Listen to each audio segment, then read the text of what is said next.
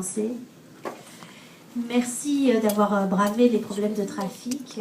Merci à Alain Kleinman d'avoir accepté notre invitation. Je vais d'abord présenter notre invité, puis nous allons projeter quelques images et ensuite je lui poserai des questions. Enfin, ce sera à votre tour de le questionner. Alors, Alain Kleinman est issu d'une famille de survivants de la Shoah. On peut dire que la mémoire traverse toute son œuvre, pas seulement la mémoire du Khurban, de la catastrophe, mais aussi celle de la vie d'avant la Shoah. Il est un artiste autodidacte, reconnu et salué à l'échelle internationale. Ses œuvres ont été exposées dans des musées tels que le Musée national d'art moderne à Paris, la Kunsthalle de Berlin, le Musée de l'Académie des Beaux-Arts à Pékin, le Musée national de Cuba, parmi d'autres. À travers son œuvre, des visages nous regardent, des objets et des lieux se souviennent. Une chose qui me frappe, c'est que si l'identification du public juif avec les thèmes des tableaux d'Alain Kleinman est manifeste, d'autres publics issus d'autres peuples se reconnaissent également dans cette œuvre, y trouvent des échos à leur propre histoire. Il y a donc dans ce travail une singularité forte, mais aussi une grande universalité. Alors maintenant, nous allons projeter quelques images. Et je vais demander à ma collègue de demander qu'on éteigne la salle. Et en fait, il faut appeler...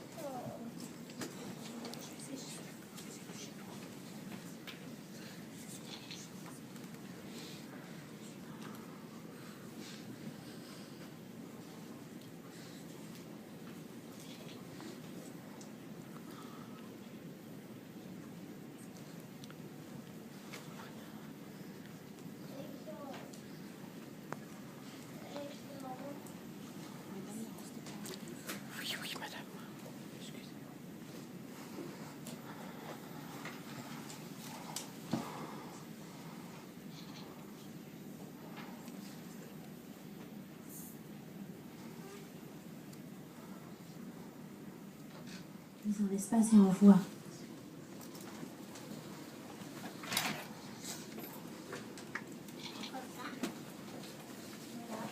On va pouvoir rallumer la lumière. Bonjour Claude, est-ce qu'il y a une place?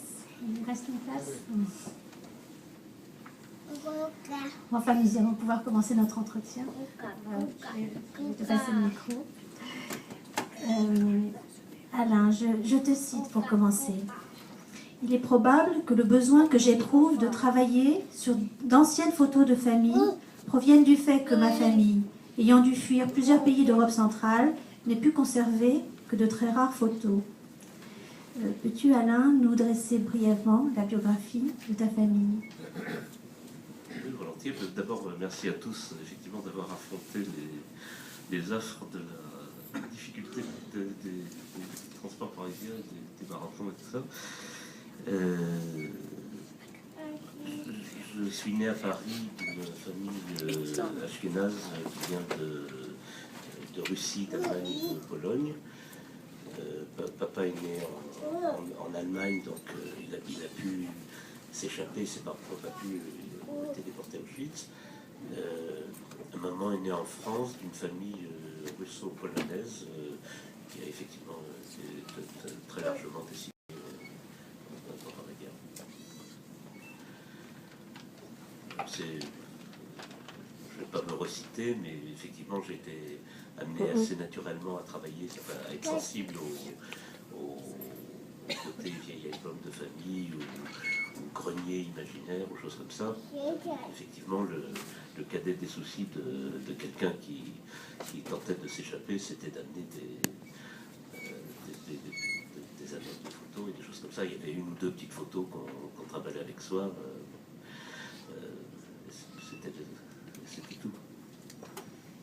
Est-ce que tu peux parler du métier de tes parents, ton père notamment? Ma père, il était dans les fous rires. Il était pelletier, par Hachem, il vit toujours, mais il a évidemment arrêté de travailler. Et maman nous a élevés. Tes parents avaient-ils maintenu un lien à la tradition? Quelle part était donnée à la célébration des fêtes, par exemple? Alors, comme beaucoup de familles ashkénazes qui ont vécu ces moments, vous voyez,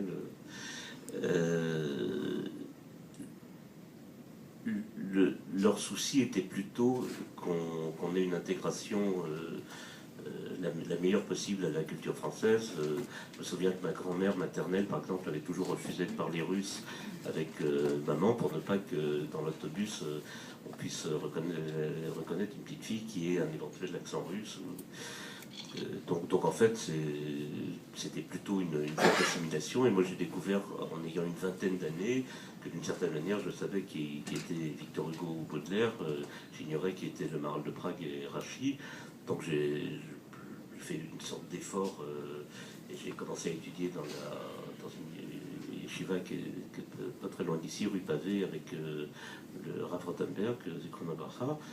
Et donc j'ai essayé de reconquérir une sorte de culture juive qui ne m'avait pas été naturellement transmise dans le foyer familial, bien qu'évidemment toutes ces valeurs-là avaient une présence évidente dans les comportements. Quand on s'est rencontrés, tu m'as parlé à ce propos d'une femme âgée qui avait joué un rôle dans ton retour vers le judaïsme, qui s'appelle Olga Katunal. Tu peux en dire quelques mots? Il faudrait en dire un roman entier, c'est-à-dire c'est une femme très extraordinaire qui était une cousine éloignée, c'était la cousine de ma grand-mère, et j'avais l'impression qu'elle avait vécu tout ce qui comptait dans le siècle, c'est-à-dire elle avait fait la révolution de 17 ans en New York, elle était dans le groupe surréaliste, elle était avec Einstein à Berlin, elle était avec la famille du Rabbi de Lubavitch. Enfin, il y avait quelque chose, à chaque fois qu'on parlait d'un sujet, elle avait écrit un livre dessus, ou bien elle avait des anecdotes de première main là-dessus, et en fait c'est elle, quand j'avais 18-20 ans, qui a réouvert, parce que j'ai passé une bar mitzvah un peu décolorée, enfin, qui a ouvert un Chumash et qui m'a dit, écoute, croire, ne pas croire, c'est l'affaire de chacun, mais ne pas savoir, c'est injustifié, c'est injustifiable. Donc, si tu veux, commençons à étudier un peu ensemble, et après tu te trouveras des maîtres. Et je lui dois beaucoup, non seulement de ce côté-là, mais sur beaucoup d'aspects de ma vie. Donc, je devais avoir 20 ans quand elle en avait 85, et c'était ma meilleure amie de l'époque. Voilà. Il y a aussi des profils qui ont un peu disparu, il y avait toute une génération d'émigrés russes, juifs, comme ça, avec une culture tout à fait extraordinaire. Il y avait un de ses amis qui devait connaître 20-30 langues, et par amour de la poésie, donc il réapprenait une langue en quelques mois pour pouvoir lire la poésie. Enfin, ce sont des profils aujourd'hui auxquels on n'est plus du tout habitué, si on peut dire, dans la culture ambiante. Et j'ai eu la chance un peu d'être immergé à l'époque dans ce contexte. Parlons un peu maintenant de ta vocation à la peinture. Tu dis, j'ai commencé à peindre à l'huile sur toile quand j'avais 7 ans. Et j'ai fait ma première expo à 18 ans.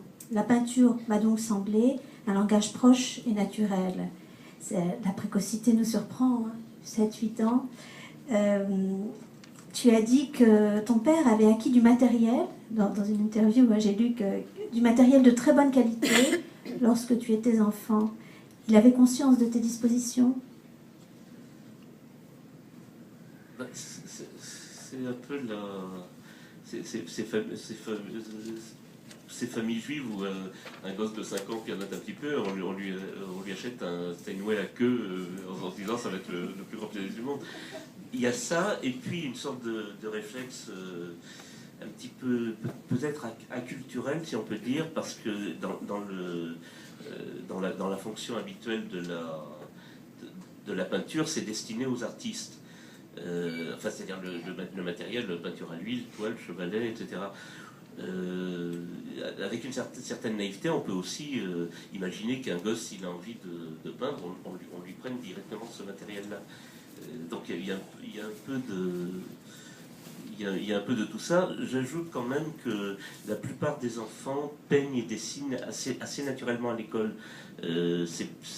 Ensuite, on leur enseigne que c'est beaucoup moins important que de faire des mathématiques ou du français ou d'autres disciplines, et c'est un peu déclassé. Il y a cette parole de Chagall très connue où, en voyant un enfant dessiner, il a dit j'ai mis 80 ans à apprendre ce que lui sait déjà. Et on croit que c'est une boutade, je ne crois pas que ça en soit du tout. C'est-à-dire qu'il y a une capacité des enfants à s'investir absolument dans le travail qu'ils sont en train de faire. Et c'est peut-être ça exactement ce qui définit une fonction qu'on nomme artistique, c'est-à-dire une sorte de capacité absolue de projection et d'identification au travail. Donc voilà, tout ça pour relativiser. Ça a commencé comme ça. Tu fais donc ta première exposition à 18 ans. À cette époque-là, tu avais des maîtres en peinture, tu fréquentais les musées. Oui, alors dès que j'avais un petit moment, enfin depuis l'âge d'à peu près 12 ans, j'allais très souvent dans des musées, dans des galeries, un peu, dans des ateliers quand je pouvais. J'aimais vraiment ça. Et je crois qu'un peintre, d'une certaine manière, refait en lui l'histoire de la peinture. Enfin, tout au moins en ce qui me concerne, j'ai vraiment, peut-être pas les primitifs, mais j'ai dû commencer avec la Renaissance italienne, donc j'avais une admiration absolue que j'ai gardée évidemment pour Léonard da Vinci, Michel-Ange et autres, et puis lentement on passe après au 15e, 16e flamand, 17e hollandais, 19e français, les impressionnistes, les socialistes, l'art moderne, jusqu'à arriver à l'art contemporain. Et dans l'art contemporain, au bout d'un certain travail, on tombe d'une certaine manière sur sa propre peinture, c'est-à-dire sur son propre univers. Donc je crois pas qu'il y ait d'autres vraies méthodes pour essayer de trouver ses propres mots que de reforger en soi d'une certaine manière le parcours même de la peinture. C'est pourquoi j'ai beaucoup de méfiance aussi sur des démarches contemporaines où on met un seau d'eau dans un coin, un tas de sable dans l'autre, et sans rien savoir de ce qu'est l'extraordinaire aventure de l'art pour les hommes. On croit toucher à une sorte d'essentialité contemporaine, et on ne touche qu'à de la superficialité sans histoire.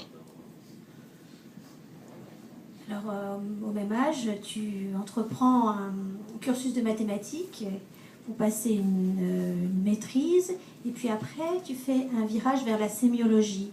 Mathématiques, sémiologie, c'est un parcours original. Quel regard tu poses sur ces choix maintenant? D'abord, quand tout est intéressant dans la vie, c'est-à-dire on est les uns et les autres spécialisés dans des domaines parce qu'on n'a pas nécessairement la capacité de multiplier les domaines. En ce qui me concerne, pour la relation entre la sémiologie et les mathématiques, pour être précis, j'avais fait une thèse en sémiologie sur ce qu'on appelle les connecteurs propositionnels. Excusez-moi mais c'est assez facile, ce sont des éléments mathématiques qui permettent de relier les propositions logiques les unes aux autres. Donc en fait, il y avait quand même une diagonale. Je me rendais compte aussi en faisant des mathématiques que c'était un langage formidable, mais que d'une certaine manière, il n'y avait aucune possibilité d'en parler à ma crémière ou à ma boulangère.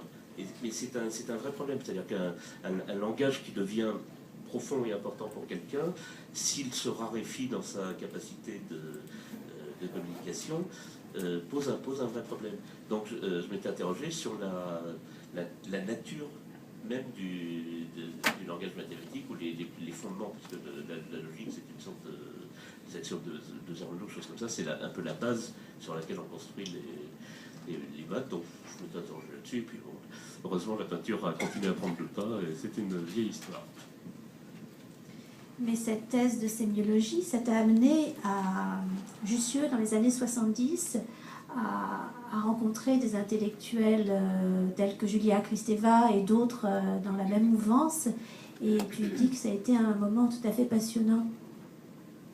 Oui, c'était un moment de la pensée française inoubliable et qui n'a pas du tout son équivalent aujourd'hui. Alors effectivement, Julia Kristeva était ma directrice de thèse, c'est-à-dire qu'il y avait autour de nous l'ensemble du groupe tel quel, Kristeva, Solers, il y avait Barthes, il y avait les antipsychiatres anglais, Lang, il y avait Lacan qui donnait ses séminaires et qui était en relation aussi avec ce monde-là. On sortait de la linguistique saussurienne et c'était un moment de bouillonnement de la pensée en France qui était un modèle mondial. C'est-à-dire qu'aujourd'hui encore, en baladant dans le monde, je vois les références qui sont faites à ces penseurs-là.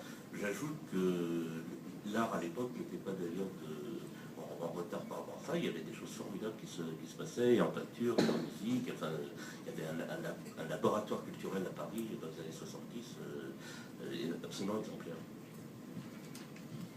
Abordons maintenant ton travail artistique. Tu dis sur la matière, chaque couche, puisque je travaille en couche, est une activité. Elle prémédite, elle prépare la couche suivante. Fin de citation.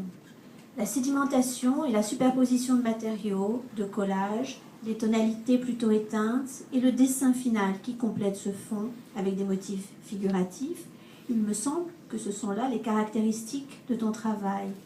Quel lien établis-tu entre ces deux aspects de l'abstraction et de la figuration? Quand je dis je travaille en couche, ça ne veut pas dire que je suis un bébé. Hein. À vrai dire, l'abstrait et le figuratif sont des catégories peut-être plus de l'ordre du langage que de l'ordre de la peinture.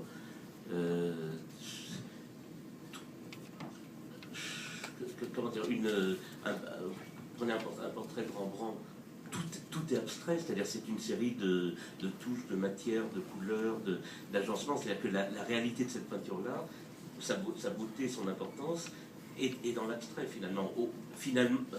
Au bout du compte, c'est au service d'une expression, d'un moment de réalité, mais enfin, tout dans la fabrication est de l'ordre de l'abstrait. Inversement, la plupart des peintres abstraits s'appuient largement sur une expérience de réalité. Beaucoup, en titrant leur toile, vous donnent une référence de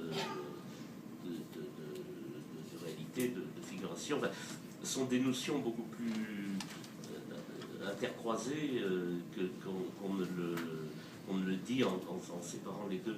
Donc effectivement, le travail qui en général, comme tu l'as dit, est un travail de couches successives, permet de jouer entre les matières,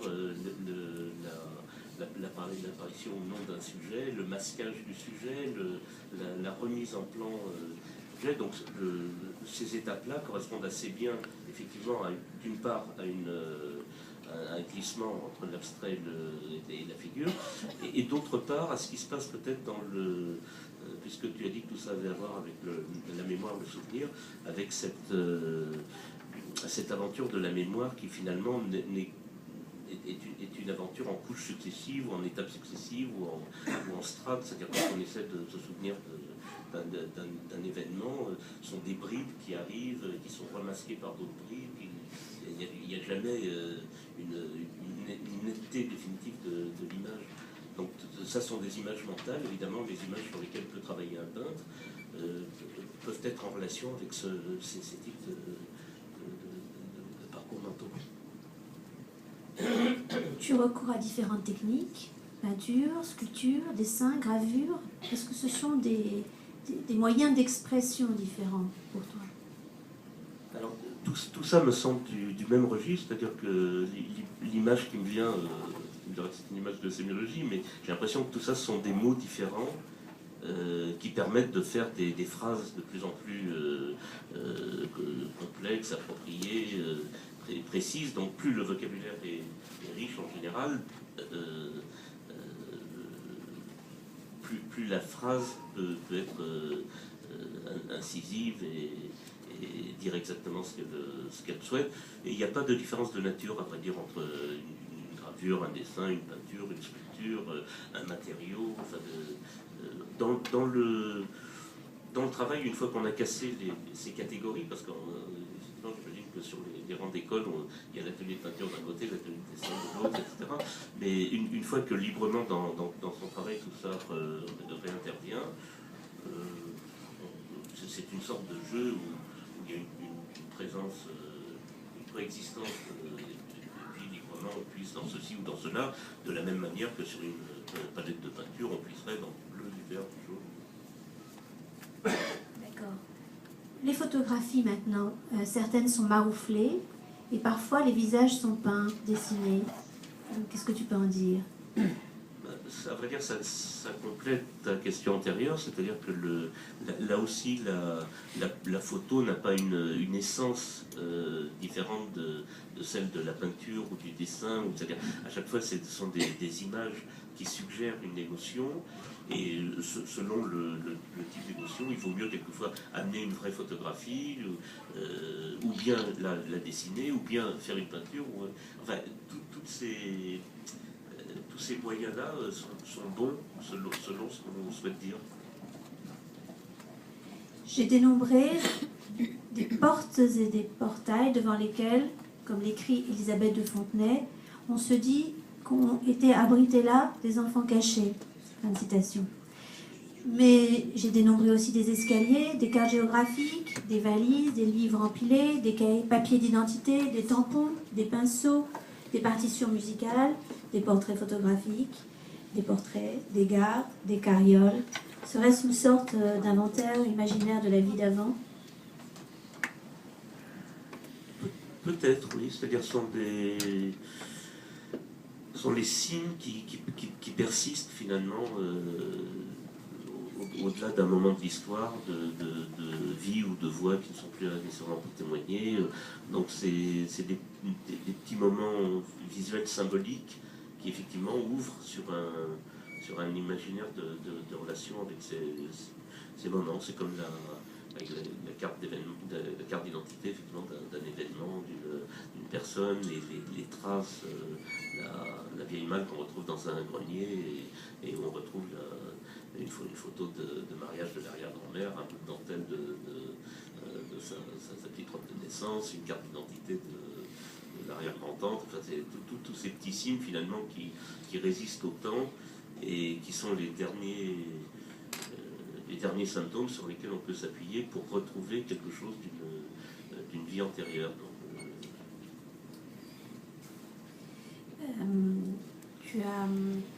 tu travaillais surtout sur des représentations humaines. Ils ont leurs propres souvenirs. Comment ce passage à la représentation des lieux s'est-il passé? Alors effectivement, dans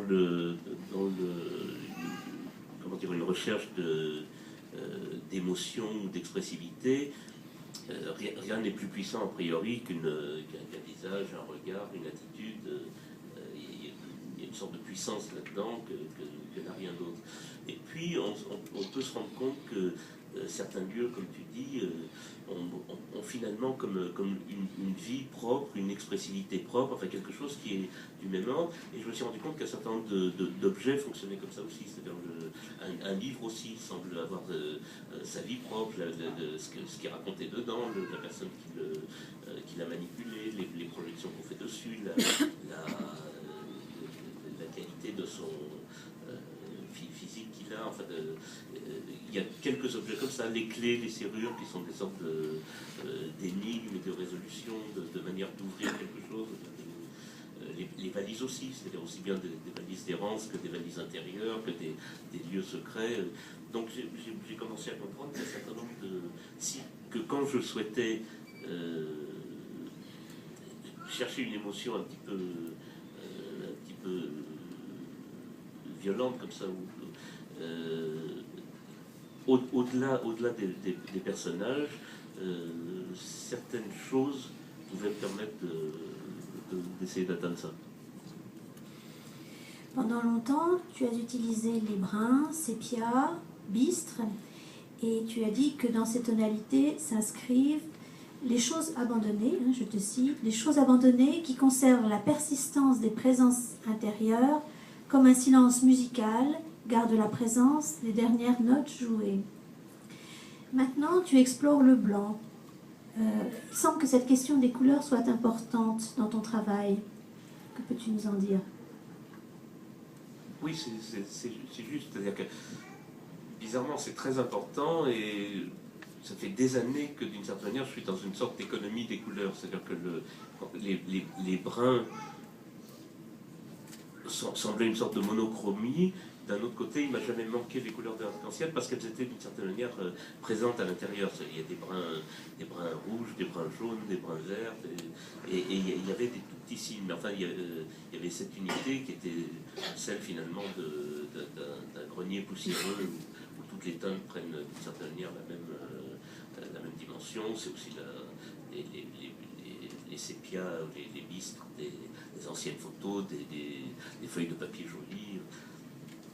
Et ça fait quelques années que je me disais que le blanc pouvait d'une certaine manière remplacer ces brins-là. Il m'a fallu, ma femme en est témoin, une dizaine d'années pour y arriver. Et aujourd'hui, effectivement, ça fait quelques temps que je travaille sur les blancs. D'une certaine manière, c'est peut-être quand la mémoire commence à s'effacer, à laisser réapparaître des plages d'ouverture pour le futur. Il faut que le paradoxe de ces blancs, c'est à la fois je voudrais que ça soit de vrais blancs immaculés, et en même temps il faut qu'on sente qu'ils portent des traces de mémoire, des traces d'événements, des choses recouvertes comme une quand la marée se retire, d'une certaine manière, elle laisse sur le sable blanc quelques traces d'objets ou de choses qui, à un moment donné, sont plus recouverts ensemble et se réenfuir. Donc, c'est effectivement l'étape dans laquelle je suis. Laurence Sigal, notre chère directrice, enfin qui vient de quitter le musée en décembre, Laurence Sigal dit que ta peinture s'apparente à 3 structures du cheminement de la pensée. Le rêve, le souvenir et l'exégèse. Le rêve et le souvenir, ça n'appelle pas vraiment d'explication, mais l'exégèse peut-être un peu plus. Laurence dit qu'elle voit en effet dans l'élaboration de tes images une juxtaposition de motifs autour d'un thème central, comme sur une page de Talmud. Est-ce que tu te retrouves dans cette analyse ? Alors ça, j'avoue que cette formule a été pour moi une sorte de révélation, parce que elle a eu la fulgurance effectivement de faire cette jonction-là, et a posteriori, j'ai reconnu que c'était absolument juste pour la plupart des images que je travaillais à l'époque. À vrai dire, il y aurait un petit différentiel avec mon travail d'aujourd'hui. On appelle ça une démarche. Heureusement, on est en état d'essayer de marcher. Mais à l'époque, c'était exactement ça. C'est-à-dire qu'il y avait toutes sortes de références comme le Rashi, Onkelos, enfin les pages traditionnelles de Talmud, et le cœur central qui était une ou plusieurs images, qui effectivement semblaient l'avenir d'un cœur de Torah ou de Talmud, au centre de ça. Voilà, c'était une des fulgurances de Laurence. Ton œuvre me semble aussi en partie littéraire, au sens où elle raconte des histoires, ou des fragments d'histoire. Et tu m'as dit te sentir proche d'un écrivain comme Edmond Jabès. Tu peux parler de ce sentiment de proximité ? D'abord, j'ai eu la chance de le rencontrer plusieurs fois. On n'habitait pas très loin l'un de l'autre. Et je ne sais pas, aujourd'hui, je pense qu'il a une place assez reconnue et assez importante dans la littérature. À l'époque, ce n'était pas nécessairement le cas. Il était publié chez Gallimard, mais enfin, on n'en entendait pas parler à ce point. Et j'avais été frappé d'abord du choix d'écriture qui était une sorte de diagonale entre le roman, la théorie de la littérature, la poésie. Enfin, il y avait une sorte de liberté que j'avais jamais vue en littérature française. D'autre part, c'était une sorte de projection orthogonale de la pensée juive dans la langue française réussie de manière formidable, c'est-à-dire une manière d'écrire en s'interrogeant en même temps sur la lettre qu'on forme, sur le blanc qu'on laisse, sur l'espace entre la lettre et la ligne du dessus, entre la lettre et celle qui suit, tout ça dans une formulation tout à fait novatrice. donc j'avais été vraiment impressionné par sa forme littéraire. Et je crois que c'est à l'époque, je crois que c'est L'Arche qui m'avait demandé de faire un portrait de Jabès que j'ai fait à l'époque. Enfin, bon, c'était... Et alors, une anecdote très curieuse, c'est qu'à l'époque, j'avais fait un grand triptyque en résine pour le Centre Pompidou, et j'avais été très malade. Donc ça m'avait laissé entre autres de l'asthme, sur des produits. Charlet, un ami de longtemps s'en souvient. Et donc j'avais des crises d'asthme, et on avait rendez-vous un matin chez Edmond Jabès. Et je me suis demandé si j'y allais ou non. Je ne pouvais plus respirer. J'habitais après 5 minutes à pied. Je me suis dit, j'y vais. Je ouvre la porte, j'allais m'excuser. Il ouvre la porte, il dit, ah non, je suis désolé, je viens de faire de crise d'asthme toute la nuit. Donc je me rappelle de ce moment très, très curieux. Voilà, comme quoi les respirations se croisent. Il y a de grandes figures qui ont témoigné de l'impact de ta peinture sur elle. Je pense à Aragon, au Mille Marceau, à Yankelevitch, plus près de nous à Elisabeth de Fontenay. Est-ce que tu veux évoquer une de ces rencontres? Elles sont toutes formidables, impressionnantes. Et peut-être que la plus impressionnante, c'est peut-être quand même Aragon, parce que je l'ai rencontré assez jeune, j'avais une vingtaine d'années. Et donc il m'avait reçu chez lui à l'époque. C'était très paradoxal parce qu'il habitait un hôtel particulier rue de Varennes, prêté par le Premier ministre de l'époque qui devait être Pompidou. Enfin, donc l'un était le représentant du PCF en gros, et l'autre de la droite. Il y avait en bas de chez lui un garde républicain en uniforme comme ça qui recevait. Et donc on entrait dans une sorte de paradoxe historique extraordinaire. Et après, en arrivant chez lui, il avait sur les murs à peu près toute l'histoire du XXe siècle. C'est-à-dire, évidemment, il avait participé à tous les mouvements littéraires et artistiques. Mais c'était très impressionnant de voir vraiment d'abord tous les grands peintres qui ont compté lui offrir qui un petit dessin, qui une toile, tout ça avec une petite dédicace, des manuscrits extraordinaires. Et quelque chose de très paradoxal, il écrivait sur un secrétaire qui lui avait été donné par le descendant des rois d'Espagne. Donc enfin, on était en pleine diagonale dans tous les sens, entre la droite, la gauche, l'histoire. On voyait d'une certaine manière physiquement la dimension historique de l'homme. Toutes les autres rencontres étaient très importantes. Je ne peux pas vraiment les classifier. Celle-ci, disons, pour le très jeune homme que j'étais à l'époque et l'immense écrivain qui était Aragon, a été particulièrement impressionnante.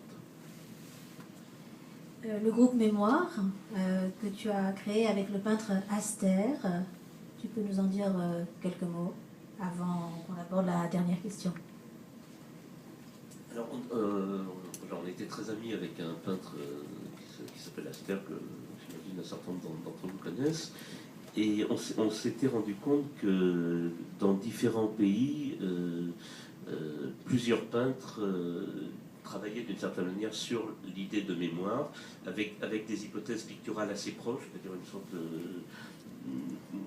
enfin quelque chose qui fonderait un groupe, c'est-à-dire de même qu'il y a une écriture cubiste qui a fait un groupe, une écriture surréaliste, etc. Et on se retrouvait finalement chez un certain nombre de marchands en France ou à l'étranger, dans des foires internationales, et on s'est dit que plutôt que d'être amené à ces coexistences de manière fortuite ou aléatoire au bon vouloir des uns et des autres, on pouvait peut-être se réunir de manière consciente et essayer de voir si quelque chose était possible, et dans la théorie, et dans la pratique, et dans la manière de fabriquer des expositions. Et donc ça a réuni des personnalités comme Yuri Cooper et Boris Saborov, qui sont peut-être les deux plus grands peintres russes ou d'origine russe contemporains. Un Anglais qui vivait à Bruxelles, qui malheureusement est décédé depuis, qui s'appelle Martin von James. Un peintre cubain très, très précoce. Enfin, il avait 25 ans et une œuvre absolument formidable qui s'appelle Yoel Diaz Calves. On a une femme peintre française qui s'appelle Lydie Arix, qui est peut-être la peintre, si ça veut dire quelque chose de plus importante aujourd'hui, dont l'écriture, à vrai dire, est un peu différente de celle qu'on avait tous, puisqu'elle est plus expressionniste, enfin d'une qualité formidable. Voilà, et on s'est donc réunis, et la lancée de tout ça a été faite essentiellement par la ville de Montceau-les-Mines, qui a fait une énorme exposition autour de ça, avec toute la région était concernée, c'était tout à fait remarquable. Et après, on a fait une série d'interventions dans des foires internationales, des galeries, des choses comme ça. Aujourd'hui, pour un tas de raisons, c'est assez difficile de se réunir parce que les uns et les autres sommes aux quatre coins du monde. Ce qui n'est pas faux, c'est-à-dire y compris des choses dont on dit aujourd'hui, dont on continue de maintenir l'image comme si c'était